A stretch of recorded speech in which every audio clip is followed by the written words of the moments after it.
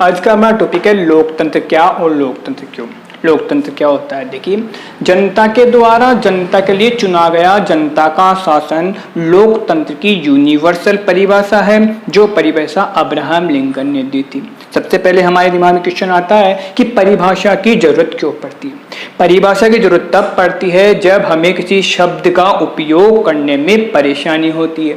जैसे बारिश शब्द की परिभाषा की जरूरत हमें तब पड़ी जब हमें सामान्य बूंदाबांदी व बदल फटने जैसी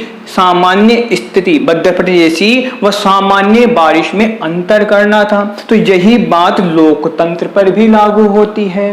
लोकतंत्र की भी स्पष्ट परिभाषा की आवश्यकता है, क्योंकि लोकतंत्र शब्द का लोग अलग अलग अर्थों में प्रयोग करते हैं। लोकतंत्र शब्द का लोग अलग अलग अर्थ लगाते हैं।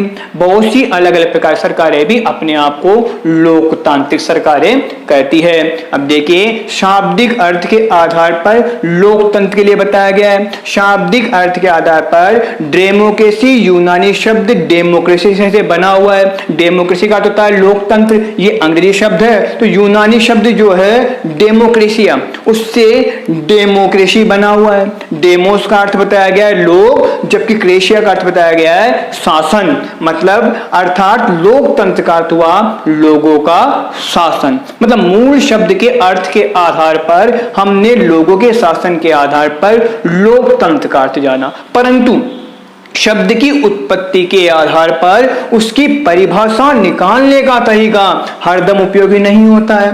समय और प्रयोग के साथ साथ उसका अर्थ भी बदलता रहता है। मतलब जैसे हम उसका उपयोग करते हैं, जैसे समय गुजरता है, वैसे ही वो चीज जब ज्यादा उपयोग में लग जाती है तो उसका अर्थ भी चेंज होता ही चला जाता है। जैसे अब कंप्यूटर को ही ले लेते हैं। यह शब्द कंप्यूटिंग अर्थात गणना शब्द से बना हुआ है। मतलब शुरुआत में इसका जब उपयोग किया जाने लगा था, इसका आविष्कार हुआ था, उस समय कठिन से कठिन गणना को कम समय में सरल तरीके से करने के लिए, अंकगणितीय गणना करने के लिए कंप्यूटर का आविष्कार किया गया था, जिसे कैलकुलेटिंग कहा गया था।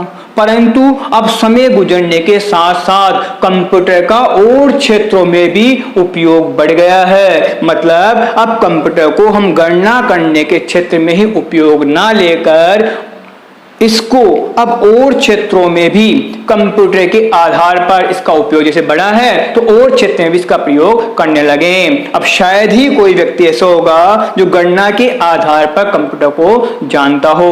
मतलब समय के गुजरने के साथ साथ किसी भी चीज के उपयोग के आधार पर उसका अर्थ चेंज होता ही चला जाता है। अब सामान्य रूप से हम अपने आधार पर लोकतंत्र का अलग अलग अर्थ सोचने से बढ़िया है, अलग अलग बात सोचने से बढ़िया है, हम लोकतंत्र की एक विशेष प्रकार की परिभाषा गढ़ने की आवश्यकता है। क्योंकि लोकतंत्र को समझने के लिए किसी शब्द का उपयोग में होने वाली परेशानी से बचने के लिए उसकी परिभाषा होना आवश्यक